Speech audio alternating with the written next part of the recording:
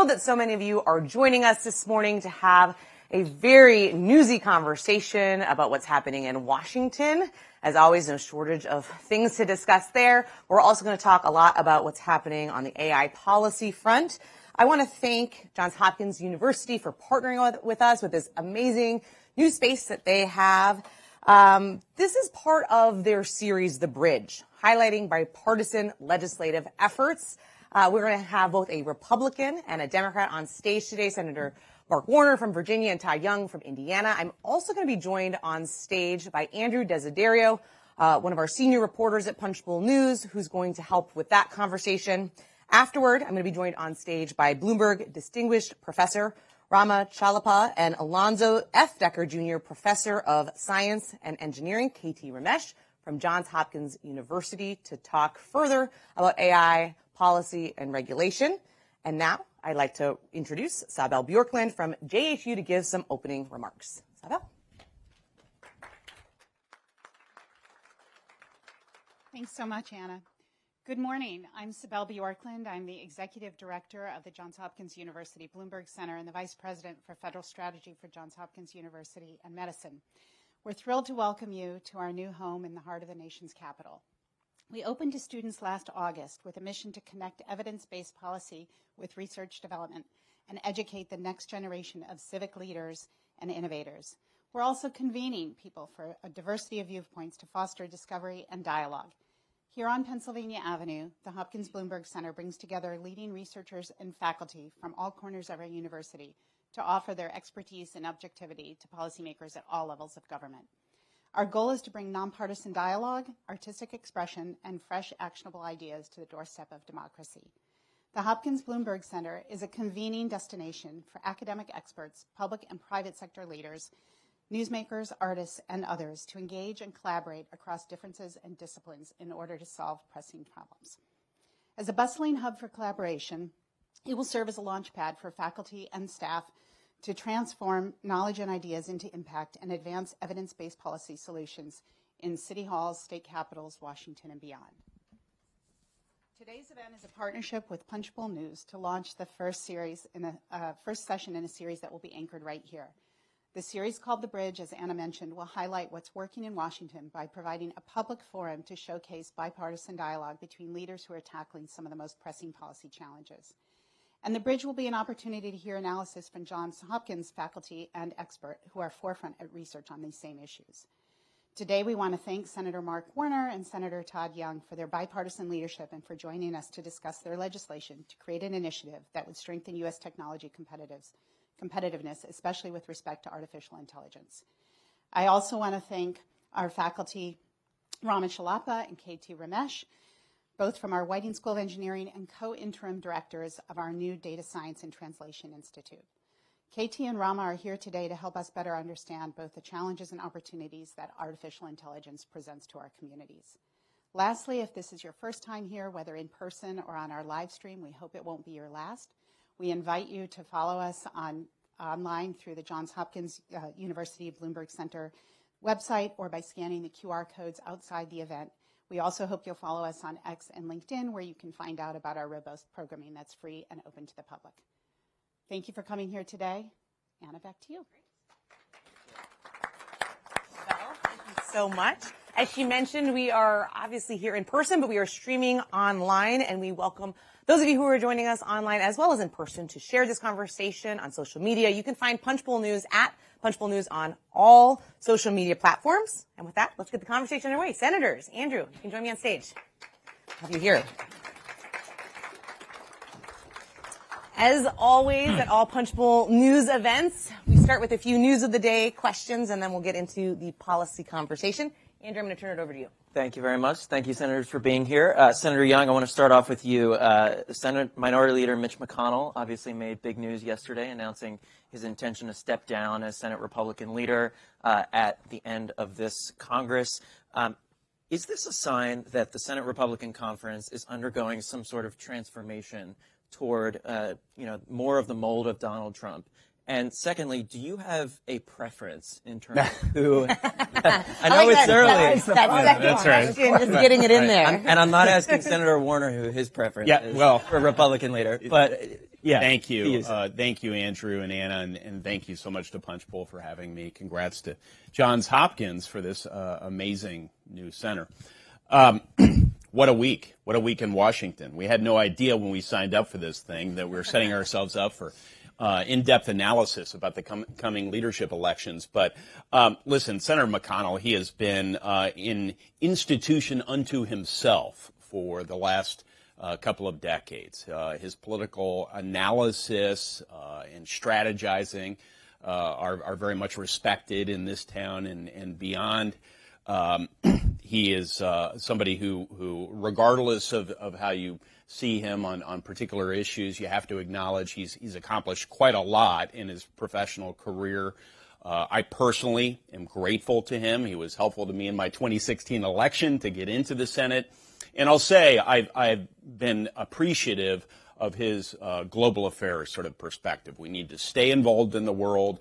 We need to occasionally make some difficult sacrifices on behalf of our own freedom and security and those that of our allies. So great respect for him.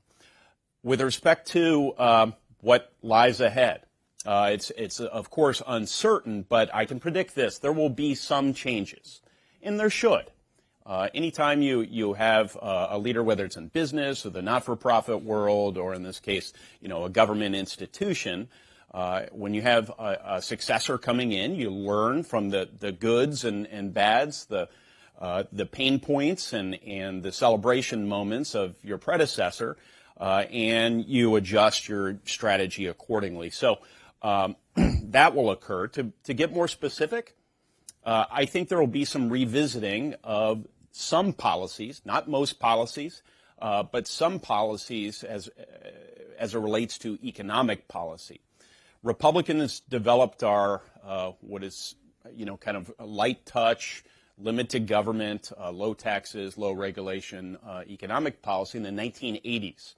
A lot has happened over the last 40 years, and I think it's appropriate to assess the impact those policies might have on particular communities, particular individuals, and how we might revisit certain premises of those policies to ensure that everyone can meaningfully participate in this global economy. With respect to foreign affairs, also some changes need to have occurred. I think there have been some bipartisan missteps over the last couple of decades, and we need to incorporate those lessons learned into our future policy making, and that, of course, is a debate that continues today on Capitol Hill with respect to the supplemental. All right, no endorsement today on who should be leader. Oh, I thought I filibustered that. Well, yeah, exactly. Yeah. We're going to move on because we got a lot to cover. But, it's a very professional job. I appreciate it. Senator Warner, I feel like almost every time we've had you on stage recently, it's been talking about government funding. This has kind of been a perpetual kicking the can down the hill. Today, you guys are going to vote on a funding bill to shift the spending deadlines to March 8th and 22nd. On one hand, you're going to pass some bills. The government is going to continue to be funded. Congratulations. On the other hand, March 22nd, you will have a very difficult deadline. Homeland Security, fights over the border, Pentagon spending. Is this just punting once again the same problem down, the line, or do you think we're actually going to be getting a spending deal this time? Well, first of all, let me also echo what Todd said. Thanks to Punchbowl, thanks to Johns Hopkins. It is kind of anxious to get a cold look at the building, considering how different it was as a museum and in its new iteration. I do want to take a moment, at least a short weigh-in on Mitch. There's a whole lot of things I disagreed with him on. But, as Todd said, you had to respect his legislative prowess. He knew how to work the system in remarkable ways. And Ann and I, as we were coming up, I'm 15 years into this job. I can't think of a more important issue than the United States standing by its commitment to Ukraine. It is of historic proportions if we get it right or if we get it wrong. And Mitch McConnell has been as strong and resolute a voice as anybody, Democrat or Republican, on this issue. And I think we are going to get it done, and I think it'll be a huge, huge part of his legacy. And that's the good news piece. The other piece is, have you feel like you've seen this movie before on government shutdowns? I actually have a bill that I shared with my Democratic colleagues and got zero support on, but is probably at least out in state. Now, I would hazard a guess if it was put out in Indiana, it would be popular too. It was called the Stop Stupidity Act. And it said if we ever got into a shutdown situation, the government would continue to operate. The only people that would not get paid would be Congress, our staffs, the White House, and its staff. And, it's amazing. It's got like a 98% approval rating in Virginia. So will we get it? Yeah, when this last Congress has not been one of our more effective, when keeping the government alive is an applause line. It knows you've hit a low bar. And it's crazy. I mean, the amount of money we waste going through the prep for a government shutdown. Todd has been a big advocate, as I have, on defense spending. Every time we do a CR, we do a lot of ship repair in Virginia. If you're doing a CR and you're midway through the fiscal year, you can't start. If you finish one ship being repaired in the last fiscal budget, you can't start on the next project if you're simply doing a CR. So I think if the public realized how stupid these actions are, I would hope they'd put more pressure on us. I do think, in this case, if you think about the House Ds and the House Rs and the Senate Ds, Senate Rs, 3 of the 4 parties agree. And frankly, the vast majority of the House Republicans agree with the top line deals that were cut beforehand. So we will, I think next week we will do the first 6 bills. I even think towards the March 22nd date that the can won't be kicked again. There are some, I think, who simply want us to drag this into April, where you've got the automatic sequestration cuts, which is not, again, those who want to cut spending. There ought to be a smarter way than across the board without regard to program or function. So I think we'll get it done. Senator Young, lastly, before we get to the AI, the topic of the day, I wanted to ask you, as you know, a majority of the Senate Republican Conference has endorsed former President Trump in the presidential race. You told our colleague, John Bresnahan, earlier this week that you do not intend at this point to endorse Donald Trump. You've been very critical of him over the years. Is that you saying you will never endorse him, or are you leaving the door open? How do you feel about this as he marches toward the nomination for your party? Yeah, I'm not being particularly clever, and I haven't shown great reservation in speaking openly about this topic. But no, I get bored by the topic. So, and I don't have anything else to add today. At some point, I might pipe up again, but I haven't given the former president any further reflection over the last couple of days. Instead, I've been focused on supplemental funding and keeping the government running and ensuring we prepare ourselves to win the next generation of competition in advanced biology. And there's just no time for Donald J. Trump. So circle back. Stay tuned. Visit young.senate.gov if you want any real-time updates on my perspective on Donald J. Trump. But at some point, people are I think sometimes dubious of the notion that I find this topic boring. I didn't run for. I know we can be captivating, it can be entertaining, but enough is enough. You can only watch the same movie so many times. So all right. All right. Circle back, we will. Yeah, right. Yes, I have a feeling Andrew's going to be in the Capitol later, daily. Right. But let's shift to the topic of the day, AI. Yeah. Obviously, that has really captivated the attention of Washington, the Capitol, the White House, the business. This event series is called The Bridge. There's not a lot where we see Republicans and Democrats proactively working on policy these days, especially when the election creeps up. How do you think, what are the bipartisanship opportunities, I guess, when it comes to AI, when it comes to regulating AI, but then also weighing that global competitiveness issue? And maybe we'll start with you, Senator, and then we'll go to you. Great question, because it's timely, and everyone's wondering, the extent to which this is going to be a polarizing exercise, or if this is going to be sort of a nothing burger. I think there may be sort of partisan issues, ones that line up according to, party line convictions on things like labor force or workforce policy. But, I think for the most part, this will be a nonpartisan issue, because to my mind, the vast majority of what we aim to do is take a budding industry, which has really been around for some period of time, but it's just gotten some rocket fuel injected into it with recent innovations. Taking that industry, making sure we stay ahead of the competition, including, of course, People's Republic of China. But what does that involve as we try and establish the appropriate regulatory atmosphere? I don't think it involves coming up with a whole bunch of new laws. There will be some of those, but mostly to manage concerns about privacy rights and consumer protection and civil rights. And so on and so forth, we're really going to ensure that those laws that we've already passed are suitable to an AI-enabled world. So most of that work, as I see it, will occur within agencies. There will be some gaps that have to be filled, some additional authorities granted by Congress, and those, however, will be limited in most cases. There will be some areas where, and I think we all recognize, we're going to have to up the skill set on an ongoing basis of government. So that's going to require giving some new authorities to different departments of government, especially to NIST, which will be sort of a locus of expertise as I see it within the government. They'll need some additional resources.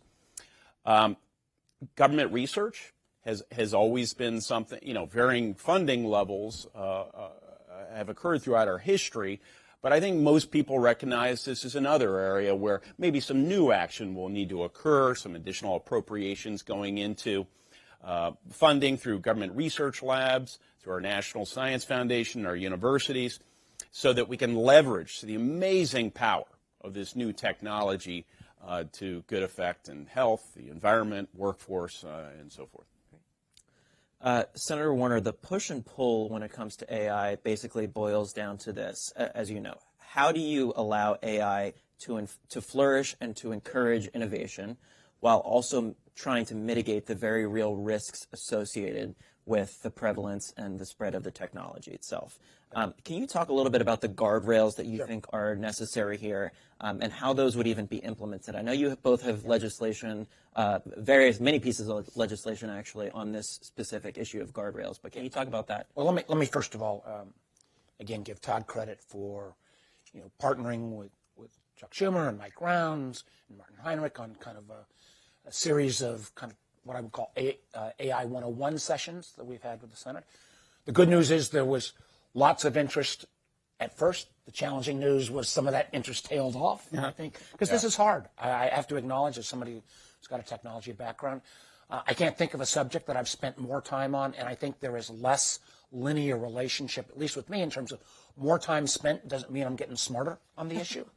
And I do think some of the fundamentals about scale and data keep changing. And I also agree with Todd that it's going to be less Democrat, Republican, less left, right, and more future past in terms of how we think about these tools. And there are, and I also want to echo, I think the idea that there are already laws that exist, but there may need to be iterations. I kept thinking at first, where can AI tools today have the most dramatic effect without waiting for AI next generation?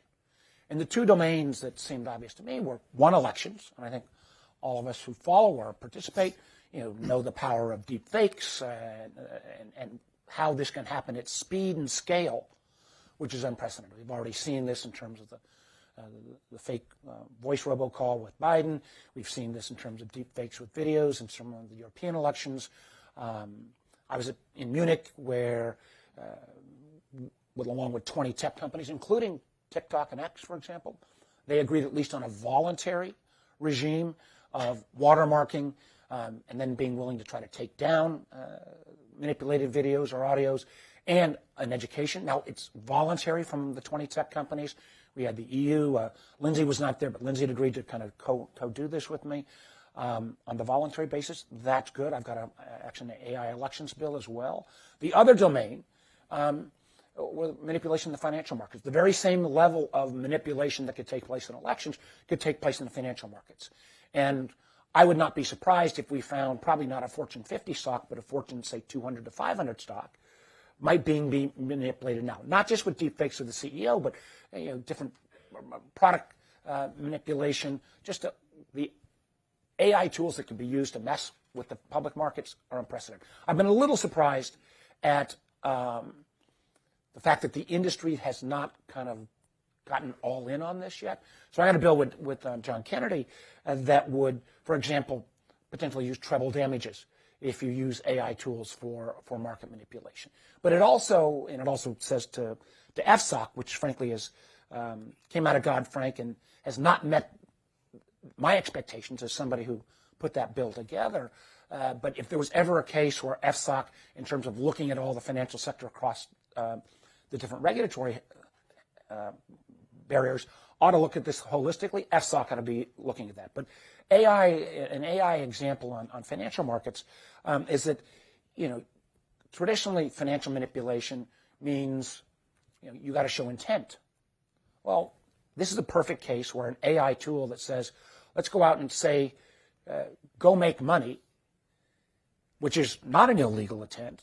But then if the AI tool ends up creating a series of wash accounts that can manipulate the stock price, does then that relieve the person who created the tool that wouldn't have necessarily a bad intent? But if a bad intent comes out of that, that really raises a whole series of questions of whether it's strict liability, gross negligence. The whole intent question could get washed away with some of these AI tools. That's one of the dozens of rabbit holes we can go down. I do think, as Todd has said, and he's got some legislation I'm supportive of about looking at kind of some of the national security threats across a series of domains. AI would be one of them. Your effort on the air, the idea of a research center that could be, frankly, smaller universities or small businesses could access, because you don't want to simply concentrate all the compute power with the big guys. I think there's still some discussion about where we keep the expertise. Is NIST the best spot? Probably, but I think there ought to be a debate there.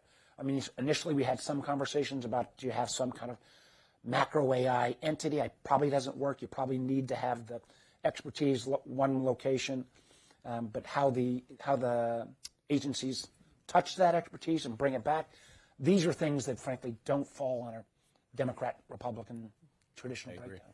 Yeah. I want to dial down or dig a little bit deeper on one issue that has come up kind of frequently when it comes to AI, which is privacy. How do you balance the need for privacy while also encouraging innovation? Do you expect the private sector to be playing that leading role, or do you think government has a role to play here? Well, I mean, I think what you're getting at comes down to intellectual property, that sort of privacy, protection of your data rights. And this debate, which is coming to a head, is really a continuation of a long-standing debate, which has led to congressional inaction during this era of social media. We're going to have to revisit some of the arguments and assumptions we've had because, it's incontrovertible that data is the feedstock for training these models. We can have the very best computer programmers in the world, and we do, as of now. You can have the most sophisticated semiconductor chips, and we have access to them and aim to get a more ready and reliable supply. But if you don't have the data, then there can be challenges. Now, that's setting aside this notion of synthetic data, being able to come up and artificially generate your own, and that's advancing. But nonetheless, we need to get real clarity about it. If you post something on the internet, and those who are developing a new A model, so-called, they scrape the internet of all kinds of content, images, text files, and other things. And they use that material to train an algorithm, a computer program, so that the computer program can learn and make very informed decisions in the case of like a large language model where you type in, like ChatGPT, you type in a request of the model and it cycles and it prints out an amazing response for you. That requires an enormous amount, not just of energy, but of data. But when you look at the data, this is one perspective. This is a more libertarian perspective. When you look at what is often on the web, it depends on how the algorithm actually makes the decision. If the algorithm decision-making process is analogous to how one's brain works, you're exposed to a bunch of web pages, you don't copy the content of those web pages as you go and write a term paper, but you are inspired by certain pages, you get certain concepts out of there, certain ideas, then you assimilate all of that to come up with a unique product, then that seems to be of sort of a different animal than lifting material. On the other hand, these models couldn't produce their work, their very valuable work, without the input of scholars, of rank-and-file individuals, of artists and others who invest their sweat, their blood, their tears, their talent, their treasure in producing these models. So maybe there's some middle ground we can find. Maybe we will discover that this needs to be case-specific. Maybe there are certain watermarks that are placed on pages, and we start to really facilitate that process in a very vigorous way where people understand their data, their materials can be lifted and used for other purposes, unless they place the watermarks there and seek compensation for its utilization. These are hard conversations. They can become very complicated, and that is why, circling back to these 101 forums, these insight forums that Senator Schumer, myself, Mike Rounds, Martin Heinrich have convened. They involved seeking input from some of the world's best minds, except for Mark Warner. But we want, and then assimilating all of that material, which we're in the process of doing, and then sending it to committees of jurisdiction so that they can legislate in their own areas. You know, the process works, and I rather than departing from a posture of humility on this very complicated and important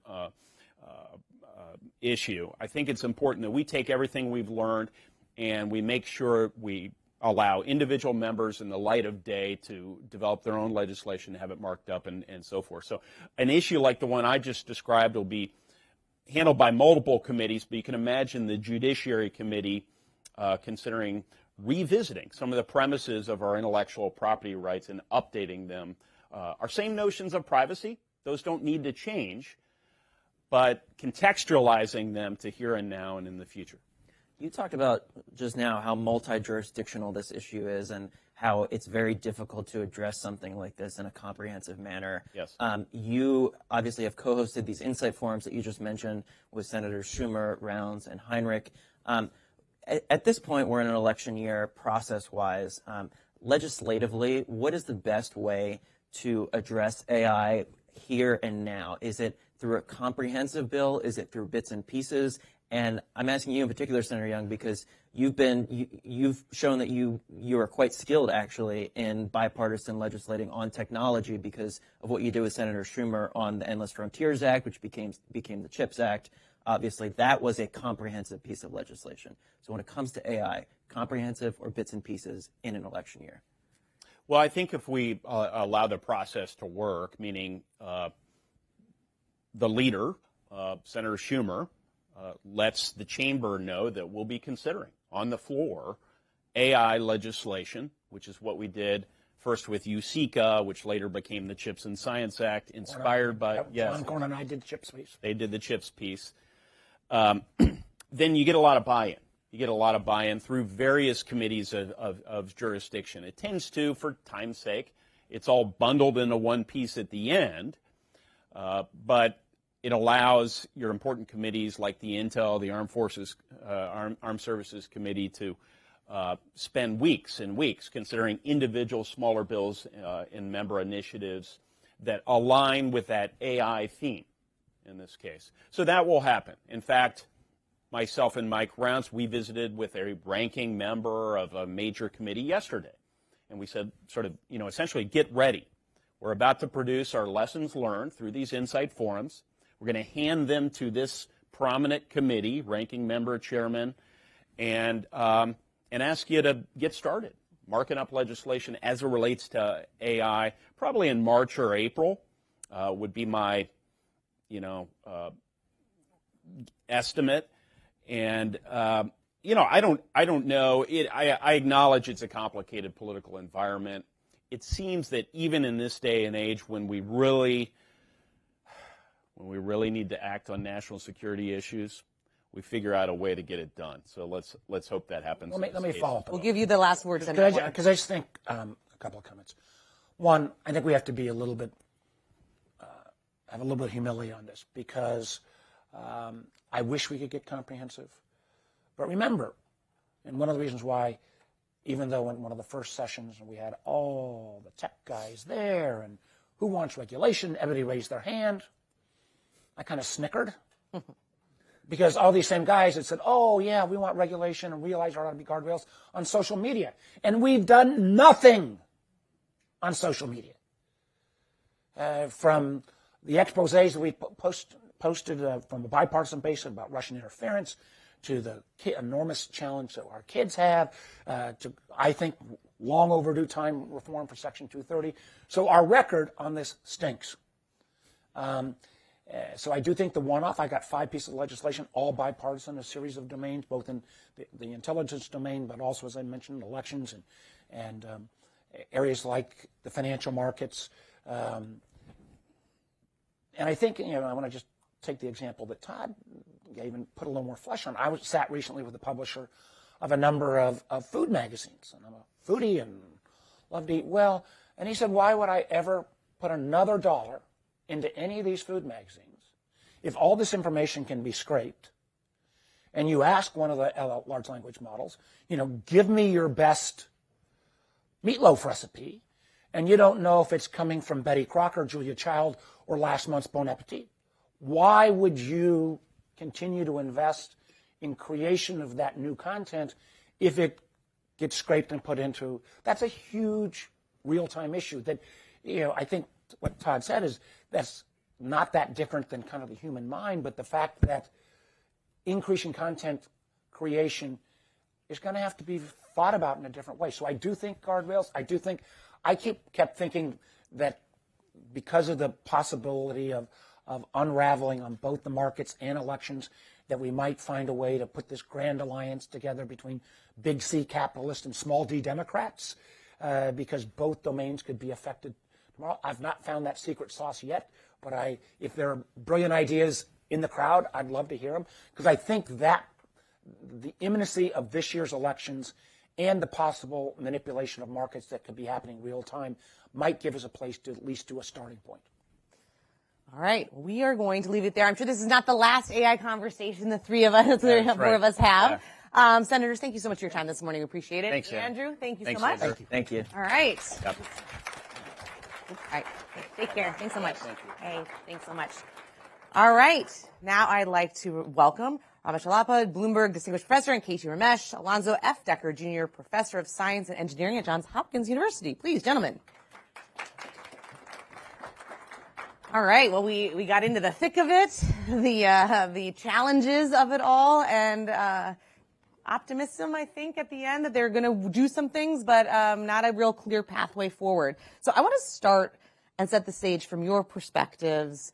You're obviously coming from the academic space. Talk about how you think there are opportunities when it comes to AI, when it comes to what we saw here, some bipartisanship here in Washington. Maybe we'll start with you, and we'll go there.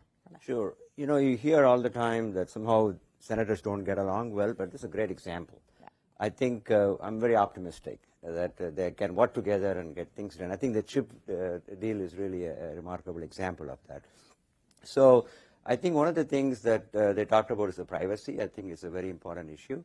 And the way I see it is that we live in a democratic society, and so we care about maintaining privacy. And AI needs data. So if there are some places where government has full control over data, they will have an edge over how AI can do. So we need to kind of revisit the notion of privacy and how we can help AI to still flourish. At the same time, we maintain privacy. That's one thing I think they're going to be looking at. Yeah, I think they've not figured out how they're going to. I mean, as we kind of saw, there's almost real-time thinking through of IP from music rights to, you know, the intellectual property of kind of food writers. Yeah, no, thank you. That was a fun conversation, seeing them both. That was great. So let me talk about both opportunity and risk a little bit. So opportunity. So one thing just for people to recognize, right? So we're used to thinking about AI in terms of large language models. You type into ChatGPT, you get an answer to a question. But one of the big opportunities here is really the ability to design things. So, you know, if you look at our industrial base, the way this works, right? We design something, then we manufacture it, then we have it off with the consumer. Our advantage, our competitive advantage as a nation has always been in the design side of it. For a while, we lost manufacturing, we're bringing it back. But design has been a big strength. AI really changes the design game. What you can design is now a much larger set. We really need to take advantage of that. That's a real opportunity there. The risk is we don't jump into this fast enough. We don't put the guardrails in place. We're not able to invest in that. That's the big risk for us. To add to what Katie said, if you give a layout of 1,000 buildings, 100,000 buildings to ChatGPT and ask, can you build a new building?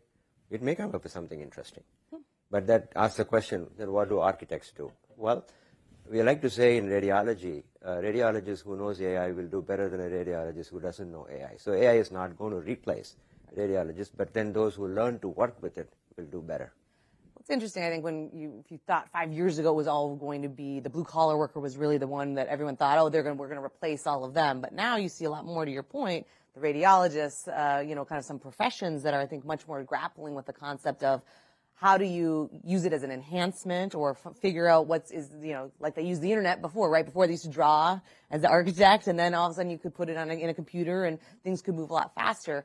To me, I think that's a really interesting question that we're seemingly grappling with is, you know, how does that work? Yeah, it is. I really think of it as you can do much more than you thought you could do. It's not that some people can't do things anymore. Every one of you can do much more than you thought you could do in the past. You've got tools available to you that really, you know, problems that you thought were unsolvable, that you thought no single person, no single human would get at.